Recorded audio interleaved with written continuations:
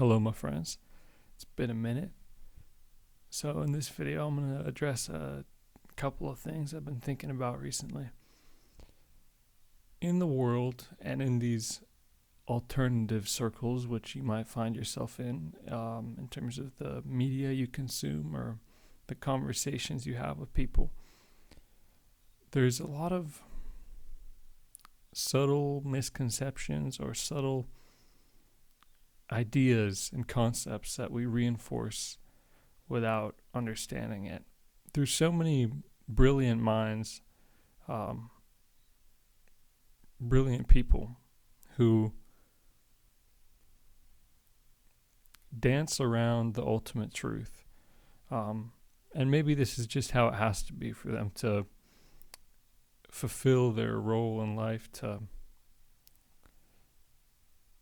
teach what they have to teach, to learn about what they want to learn about. But from my perspective, the longer that you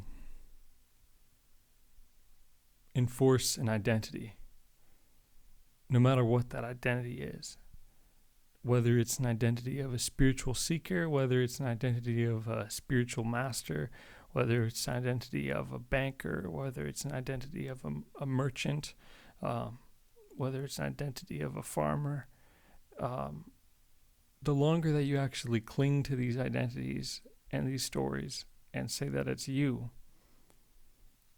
will suffer. There's no issue, no harm in fulfilling any of these identities, in living them out. But as long as you believe yourself to be that identity, you will suffer. I want to phrase what this sort of thing is about in terms of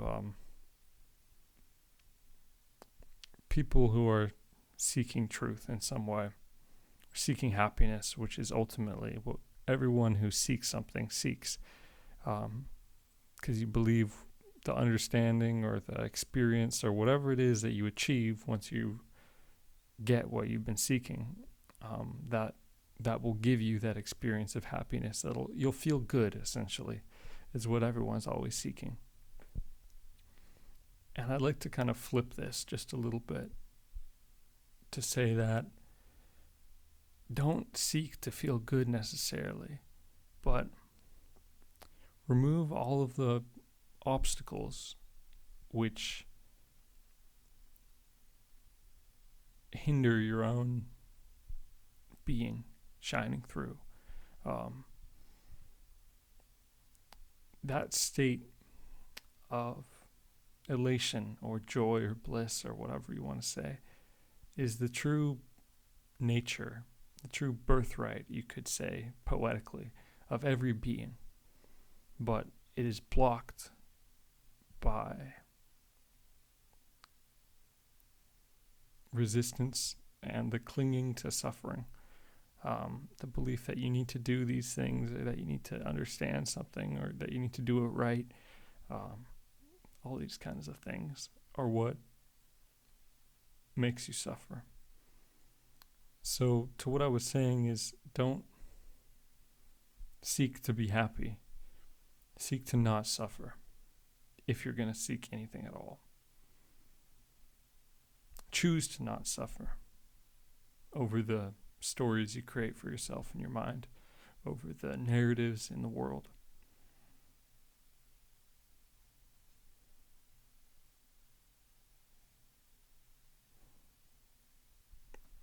You know, this is just kind of an abstract video. I don't really have a specific topic, but there's a lot of things in the world, a lot of ideas, a lot of knowledge, which one day I would like to share with you if you're interested in that sort of thing. A lot of things that aren't publicly accepted but are true. A lot of things which make people very upset when they learn about them. And it's my goal on this channel to reveal the stateless state to you, which you are, so that you can examine and become aware of all these things without suffering for them. Or you can become aware of whatever things you want, and you can just enjoy your life in peace, and you can share that peace with everyone and live happily, right? Create whatever you want to create. Enjoy your life, right?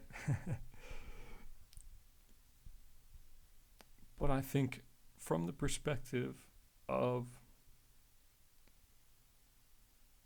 wanting to help or fix the world, wanting to heal yourself or heal others or whatever, you have to work at the root. You have to work at the root of all these problems. You can think of all the psychological ways to consider yourself. You can learn all of the spiritual terminology. You can learn all of the different paths and the different language, and you can think that you know some concept, and that's a stage. But it's not the root, truly, of what will dissolve all these other problems in your life for you.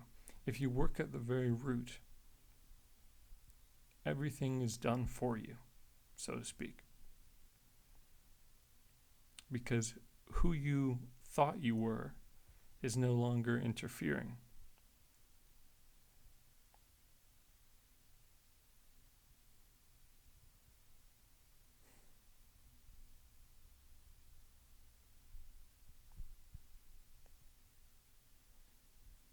So yes, I would say, out of all the knowledge that there is in the world, knowledge of the self is the only important knowledge which you should seek. And once this is a felt understanding that you may conceptualize in any way, using any tradition, any methodology, whatever. But once you can say that you don't know, or that you know, or whatever you want, once you're there, you understand, you'll know when you're there because you'll feel it. Because you are it. Then you can start to examine these other pieces of knowledge, of all these other concepts, without clinging to them and out of enjoyment. You can learn about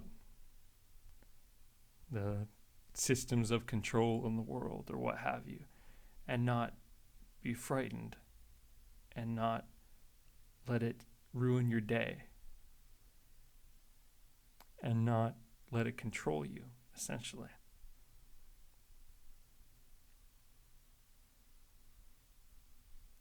All of this is possible with this shift of perspective of your identity. Life is a game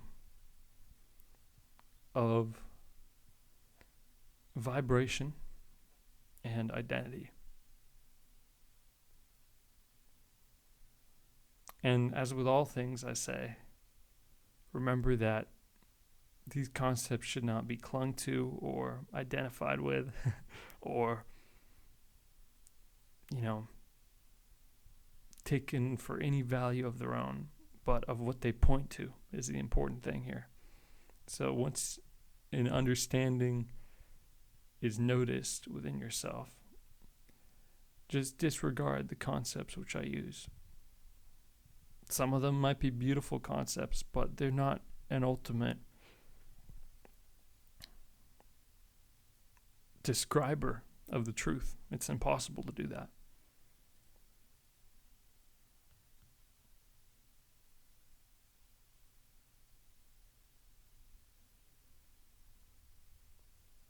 That's why they say the greatest teaching is silence. Because the more you talk about this sort of thing, the more you talk in circles. And in a way, that's sort of the point.